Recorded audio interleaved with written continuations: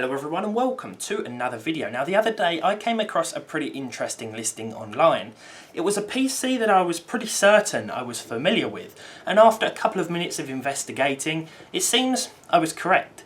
See, the person selling this HP workstation machine was the same person who bought it off of me a few months ago, and when I sold it to them it featured a Core 2 Duo E8400, a couple of gigs of RAM and a 250 gig hard drive. I sold it for about £30, a reasonable price I feel for a basic machine that could probably handle internet browsing just fine and a few basic office applications. What's interesting is when I saw this PC relisted, it was described as slightly different, having a Core i5 650, a GTX graphics card and 8 gigs of RAM. So how did I know it was mine, apart from the fact it was for sale on the same low feedback seller account? Well, before I send anything off, I record serial numbers for safety and loss purposes and keep them in a spreadsheet. I'd advise any of you selling online to do the same. When I noticed the serial number in one of the photos, which I presume was taken because it's written on the same sticker as the model number, I compared this to the one I had on record. The username of the seller I recognised anyway because I remember thinking at the time, how were they allowed to use that? It was quite rude, or at least I thought it was. When the numbers matched I first thought, oh cool, they've upgraded it. But when I saw a couple of photos from the back of the machine, things just didn't add up. The backplate looked the same as the standard HP one, and there isn't a single Core i5 processor on the market that would run on the Socket 775 platform. When it came to the graphics card, I sent it off with an old GT240, a perfect yet aging card for basic office work. It looked as though that was still in there as well, but I had to dig a little deeper. After all, the GT240 isn't a card I would exactly describe as very fast, as titled. Now to make it obvious, it wasn't me trying to rebuy back the machine I had previously sold. I logged into my grandparents' account and asked the seller a few questions. After all, the seller said he was open to sending a few benchmark figures through the messaging system. I opened with, hello.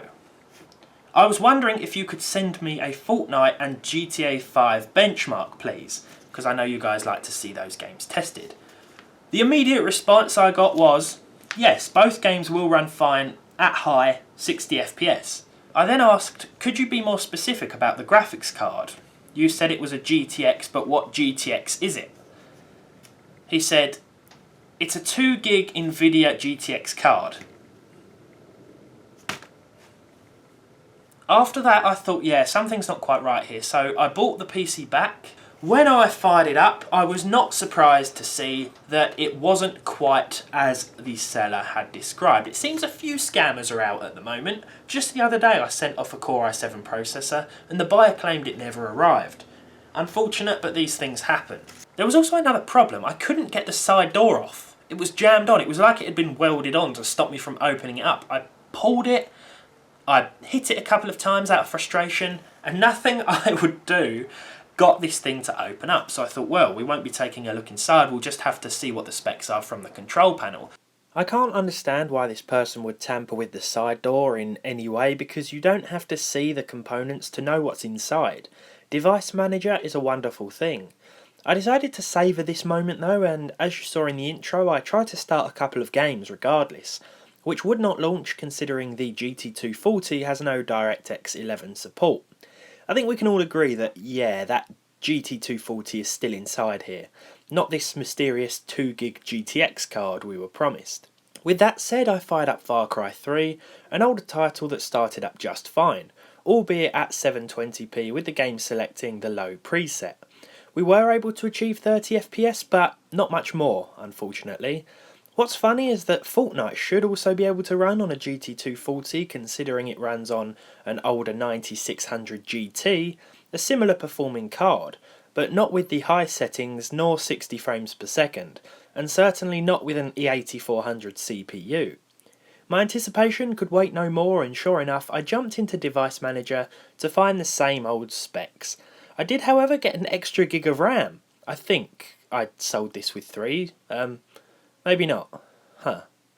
I'm sorry this probably hasn't been much of an entertaining or helpful video, but I felt like I needed to make it, as the used market can sometimes be a little more let's say, creative during the festive period. I mean, I don't think the buyer had to exaggerate quite so much. They probably could have got away with just saying a GTX card and keeping the other specs the same, but not many people are going to buy an E8400 based system these days, I shouldn't think, unless they buy it for the reason that I sold it, for use as a basic office machine. I hope whoever is watching this that sold it back to me, I hope that whoever you are out there who sold it back to me, I actually know your name, of course, because you bought it from me in the first place. But I hope you're a kid, and I hope you see this and realise that you're not going to get very far with these sort of scams. You may get a quick bit of cash before Christmas, but chances are you're going to end up having to refund everyone and eventually getting banned from most online sale places. But with that said, thank you for watching. If you enjoyed this video, I'm talking to all of you now, not just the person that sold this back to me, by the way, leave a like on it. Leave a dislike if you didn't. Subscribe to the channel if you haven't done so already, and we'll get back to normal in the next video. So thank you, and I'll see you then.